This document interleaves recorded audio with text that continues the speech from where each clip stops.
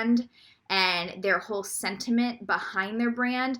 Not only do they make amazing products for self-care, and obviously just women's wellness in general, but they also really promote this holistic lifestyle of just supporting emotional and mental and physical well-being, which to me is so huge, to not just focus on a singular aspect of wellness. So, and their branding is so cute. I mean, how cute is the name Ladybug Potions? I just can't even deal. So I immediately looked at their products, kind of read up on their sentiment and what they stood for, and I stood behind it 100% because, again, I am somebody that believes in living very holistically.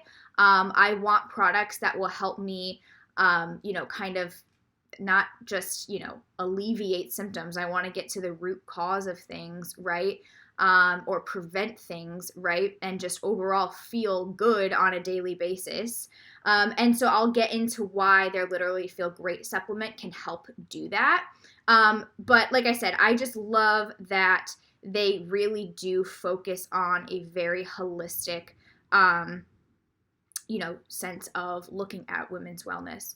And I'm super, super into that. And I super appreciate that.